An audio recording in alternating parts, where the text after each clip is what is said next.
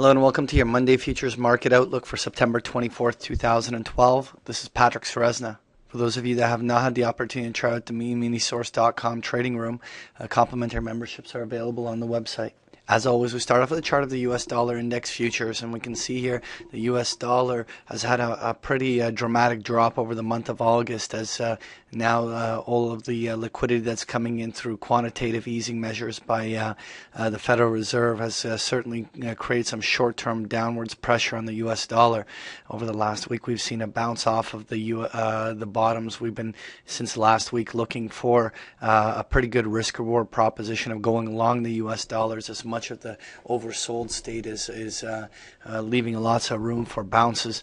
We still believe there's room here for the index to head up toward 81 or even as high as 82 under the right environment.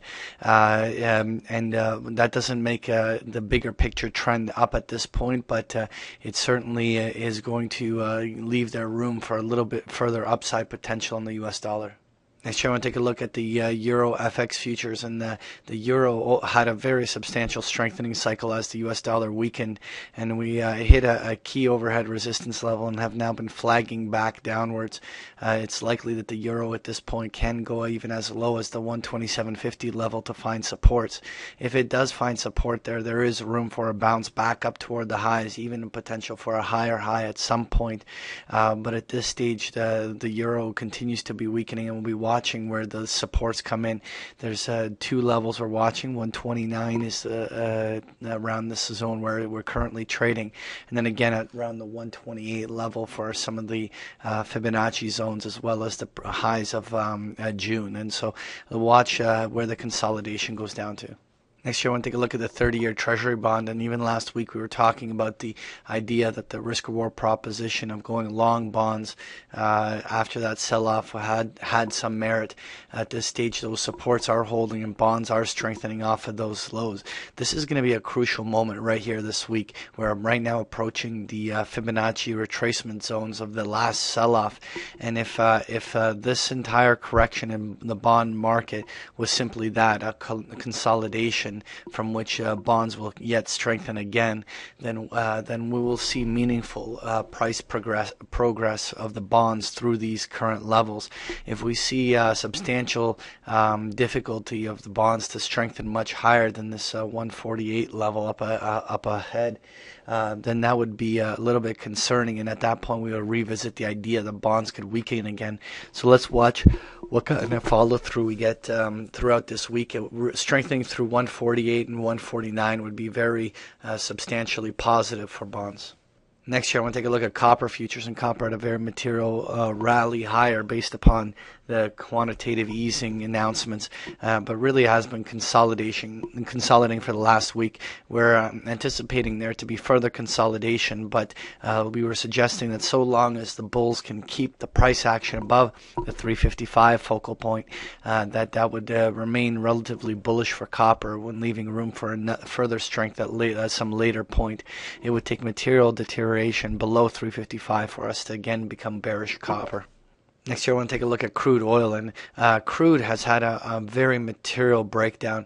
We've been discussing that rising wedge formation off of the June lows all the way up toward the 61.8% retracement that just was tested right here at the 9,900 level on the upside. This reversal is pretty significant. While we're certainly not too eager to want to rush to short it at this point, but we will be watching what happens as we approach that 88 to 90 zone, where the support is coming in. If we find support down in that lower level, then that will be a place from which we could see a material bounce in crude oil back to 94 to $96 on the upside. Really, that will be a very important event. What will happen here, because when we do finally get the bounce in crude, if we fail to make it back up to the previous highs, then that may open the window for much bigger corrections in crude oil going into the latter part of the year.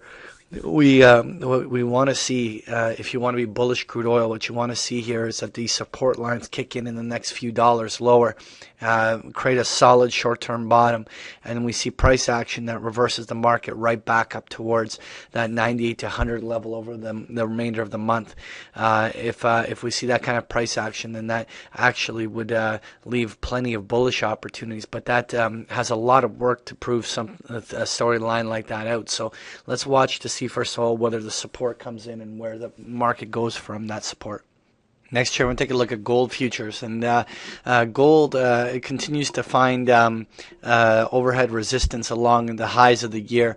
While gold has made a very bullish run, and we remain in the bigger picture now bullish gold. There is definitely a point here where gold should naturally correct. That correction probably will emerge as a buying opportunity, but we could see as much as even $100 on the downside off the highs for bullion, as we could see a proper retracement to some support lines that lie in the 1700 or even 1680 levels. In the big picture, even if there was a very dramatic sell-off that went all the way back to that 1640 level down below, so long as that support came in at and reverse the markets from there, that would be still relatively bullish. One way or another, we are at this point feeling that there is plenty of room for gold to have some sort of a corrective pattern, and we think that profit taking some of your gold positions for those shorter term swing traders makes a lot of sense. If you're bullish on the long term buy and hold style, then you can ride out any short term dips. Next year, I want to take a look at the S&P 500, and we can see the S&P 500 had a very bullish push on the initial reactions to Bernanke's announcement, but have really spent the better part of the last 6 days just absorbing that run. This still could develop as a bull flag that has the potential for the market to break higher, but profit-taking cycles here would be very natural.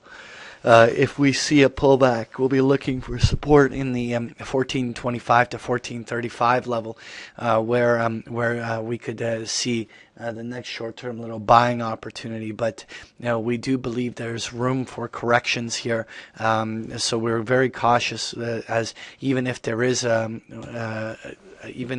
short-term pullback and then a rally, we think there's only limited upside potential at this point from where the markets are. And even if we do get, let's say, a dip to 1435 and then a rally up to 1480, that probably will still mark the highs of where this cycle should end. And once we have a much more meaningful market correction, that could create the base from which and the market has the strength to make another substantial advancement and a bullish push. But really at this stage, we think that much of the momentum has been spent, and the periods of consolidation are much more probable as we go forward. Just to review our key intermarket observations, we at this point think that the risk-reward proposition of owning U.S. dollars is actually good.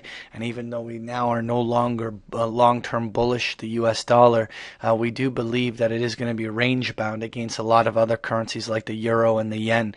And because of that, we believe that the U.S. dollar is at the bottom end of that range, and there's room for bouncing back towards the top. And so therefore, the risk-reward proposition of accumulating U.S. dollars is pretty good at this point. Commodities at this point have a very average risk-reward proposition, while things like oil are pulling back. Gold and copper have yet to really make any meaningful corrections on the downside. Really at this stage of commodities, at some point do have a proper pullback. It will probably correspond with a pop in the U.S. dollar. So what we'll probably end up doing is going neutral U.S. dollars, and then changing the short-term risk-reward proposition to good for commodities. Same with bonds. Bonds have been bouncing off of those lows. We were suggesting that that was a good risk-reward proposition place to be accumulating bonds. We are seeing that follow through. We want to see this 148, 149 level on the 30-year Treasury bond continue to be exceeded in further rallies, which if we don't, then we may very quickly change our stance on the short term. But right now we're going to stick with the good stance that bonds can progress from here.